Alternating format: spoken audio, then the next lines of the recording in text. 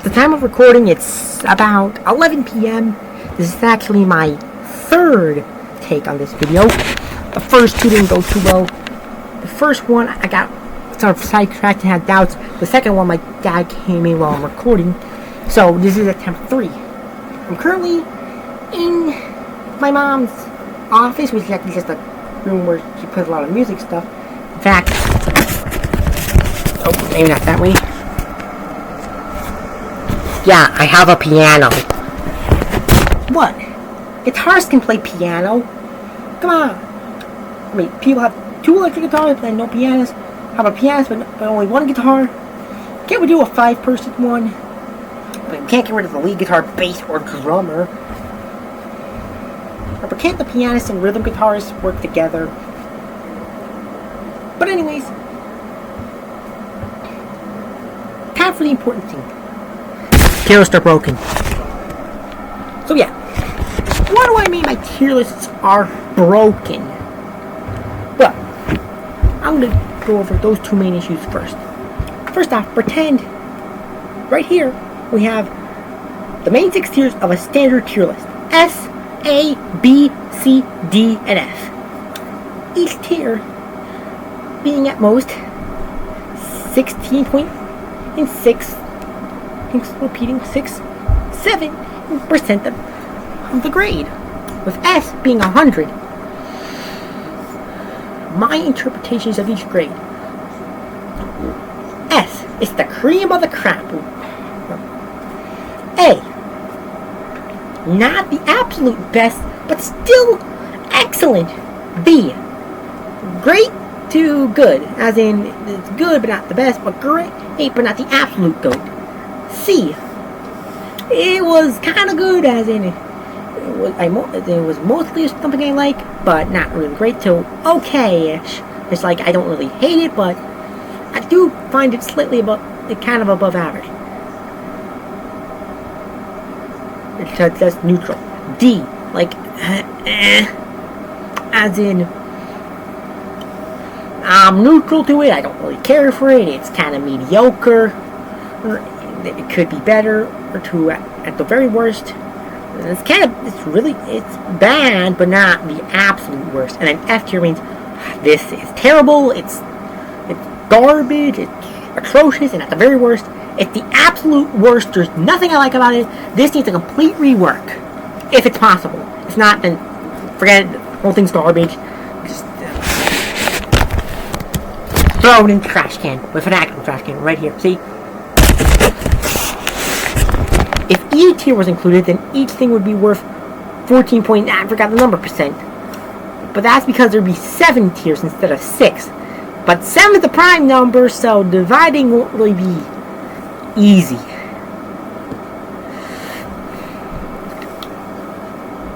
However, though,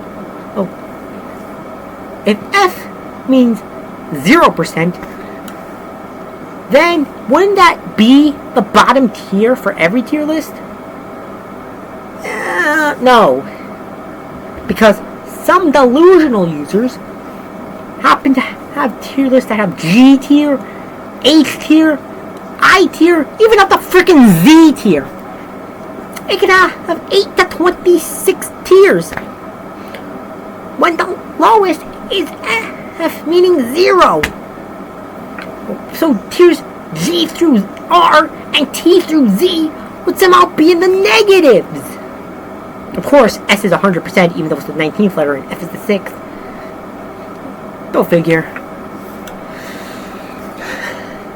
Now, let's take an example of a terrible show. In fact, wait a minute. There's only one show I legitimately consider terrible, and it didn't come out until the 2020s. And that's Velma 2023. I never watched it, but I hate it because it makes offensive stereotypes, horribly represents everything important like LGBTQ and anxiety. He completely screwed over the Scooby Gang. He even turned them into either stereotypes, racially incorrect characters, or in Scooby's case, dead. And it's not just a disgrace to Scooby-Doo or to just animation, but to TV shows and entertainment in general.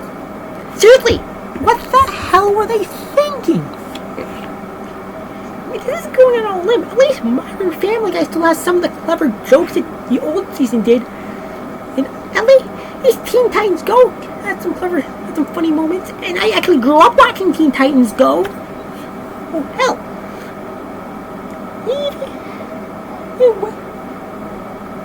This shows like the problem solvers. The freaking problem solvers! At least that's mostly just weird character designs and a flashy background. The audio stuff like the soundtrack and voice acting was actually decent. They got the actor of freaking Bender from Futurama in it. And guess what? That guy also voiced Jake the freaking dog. CN's worst cartoon features the voice actor from one of their best cartoons as well. For Velma 2023, there may be great stars, their catalog cut just for the fact that that show is complete garbage. And if you act like Velma 2023, dude, I don't know what's wrong with you. I'm guaranteeing you, at least 20 billion people on Earth hate Velma 2023. And there's only 8.062 billion people alive as of now. Hell, I don't even think even if every single person who has ever died came back to life, which is those who died in the first 11 days of 2023, and everyone who died in 2022 and earlier, just by that logic, so they all died in different areas. Like, so, for example, I was born in 2006, and there were a lot of notable people who died in 2007 and 2007 and later. Just by that logic, it's not like every year there's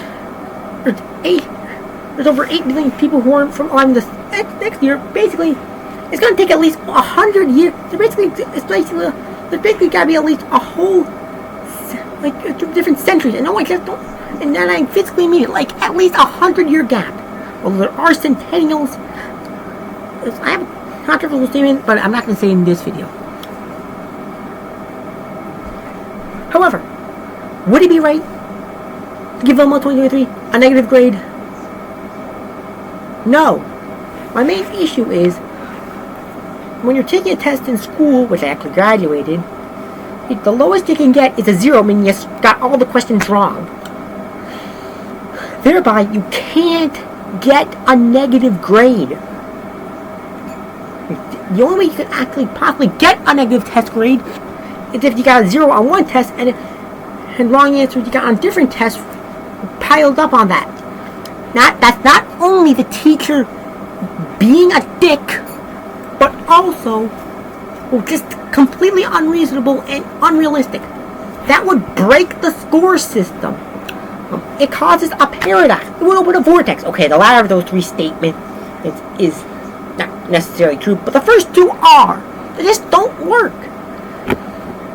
See, my point is, even if the thing is really terrible, the lowest we can give it is a 0. My philosophy is when a show comes out, it initially starts with a 0, and if enough good things come in, it gets a high tier. If enough bad things come in, it gets a low tier. If everything about it's good, it's 100, and if everything about it is terrible, like Velma 2023, it gets a 0. Again, the only way a show can get a negative is if bad aspects from other shows that are probably not even in the same caliber of that show get inserted into that thing. Which, again, is us being a bunch of lunatics, and also confirms we're hating on stuff just because of a certain aspect. Meaning just because it's blank means it's terrible. Like, okay. It's the equivalent of saying, regular show's a 2010s Cartoon Network show. Thereby, it's terrible. That's an extreme bias. Well, Cartoon Network has made a few infamous cartoons in the 2010s, most notably being in Teen Titans Go. It's also made a few popular cartoons, regular show being amongst them. Thereby, you're saying just because it's in a certain category means it's bad. That doesn't make any sense. So thereby, I propose tiers G through R and tiers T through Z are no longer allowed on any tier list. to be fair, that means we're taking a possibility of a 26 tier list and legally considering it content, letting it down to just 7, with 19 of the tiers becoming illegal.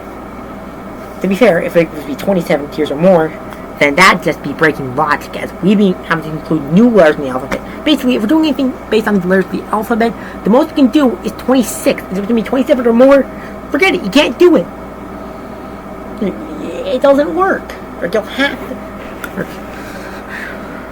My point is, though, tier F means if the tier 0 will fall in, means the absolute worst. Tier G through R and T through Z somehow has a negative score. That's not how it works. Now, for my second part, people are, to an extent, taking the interpretation of the tiers wrong. As in, they're putting shows that, from a technical standpoint, aren't really terrible and aren't hated by a lot of people, but they're just saying, I didn't care for it, and not a lot of people are fans of this show, so thereby it's bad. Dude, that doesn't work. You can't just say the show is bad because it doesn't have a strong fan base. That's because it doesn't have a strong fan base doesn't mean it has a strong hate base either. Sometimes both of them are just kind of not there and the show's a little more obscure. For example, I'm going to give out three major examples. One popular cartoon, one infamous cartoon, and one obscure cartoon. A fan sees SpongeBob. Wow! This show is great! I love it! Kind of bandwagoning with the masses, but okay. Fan, see these Teen Titans go. Wow! This is terrible. Into the garbage can. Not only is that just bandwagoning, I'm not sure, but that's just bandwagoning with the rabid 2003 Teen Titans fans. And unless you're a pure, and I don't really see people who aren't 2003 Teen Titans purists being that really hateful towards Teen Titans Go. I mean, you can still dislike the show, but you don't have to act like that. Final scenario.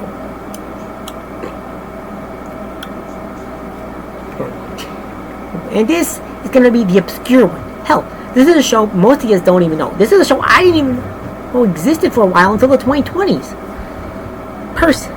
Fan. It seems too marked. What the hell is this? This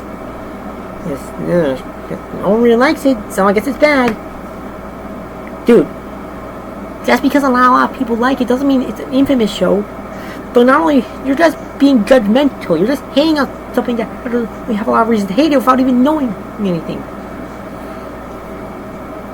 My point is, for something to truly deserve a bad placement tier, the person making the tier list needs to really have a strong, valid reason and enough other support of others, their valid reasons to hate the show or to like it anyways, which is also a problem. People will think, oh, this show looks pretty good, I'm putting it in top tier. Doesn't mean just because it's popular doesn't mean or obscure doesn't mean it's really great. In fact, I'm pretty sure people are starting to realize that Foster's Home for Imaginary Friends was way more mean-spirited than it was. But they just have too much nostalgia. Or people say, wow! What the hell is this? I'm going left. Just because the show is infamous or again, obscure doesn't mean it's bad. Heck, I'm pretty sure the Teen Titans Go hatred is starting to get more tame. Because people are realizing, sure, it's childish, but it's not the worst thing ever. Although, again, I'll give credit to Velma 2023 as I've never seen a single positive review anywhere. If there was the actual dislike button on HBO Max, I'm pretty sure every single Velma 2023 episode would have at least 20 billion dislikes. Again, not even 10 billion people still alive. We'd have to revive every person who's died before Velma 2023 came out, as well as died in general. Right? Well, as well as those who died after Velma 2023 was released but never saw the show itself. And even then, it's a long shot to see if there actually has physically been that many people. Well, just to confirm that Velma 2023 is the absolute worst. So, what have we learned? Each tier has a certain percentage, with S being the only S being 100 and F being 0. Thereby, all tiers below F will be in the negative, and the scoring system can only promote 0 as the word. And if it's a negative score, it's causing paradoxes of bad aspects from other things, jumping into the thing that got a 0, which is a dick move. And 2, just because something doesn't have a strong fan base or strong hate base means it's instantly the good or bad because it's obscure. Also, because just because a show is popular or infamous doesn't mean you can't hate or like it. As in the opposite, basically. So, I have 3 morals. 1. Do not include tiers that will confirm the thing got a negative grade, because that's a paradox, and it's completely unfair. 2. Actually watch the thing and take notes of notably good things and notably bad things before determining what tier it belongs in, and if it's obscure, whether it be popular, infamous, or obscure. And thirdly, and combining them most importantly, don't be a prick. Seriously, what kind of prick says, "Oh, I never heard of this show, it's bad. Oh, I never heard of this show, it's good. Oh, this is below F tier. I'm giving it as G tier," or negative 20 out of 100. Seriously, if anyone try to do that, I swear to God. Well, not really swear to God, but still, I will. Well, I'm actually gonna do it because that'd be doxing, which is illegal, and now that I'm 18, I could get arrested for it. But I'm saying, if I was that deranged, I'd find out where you live, get enough information, track you down, and find you and slap you in the face. What? If I was actually gonna shoot you? No. A simple slap to the face is about as... Okay, maybe I can get a little more violent, but the most likely thing, I'm just gonna slap you in the face and call you an idiot. Anyway, that's all I gotta say. See ya, guys.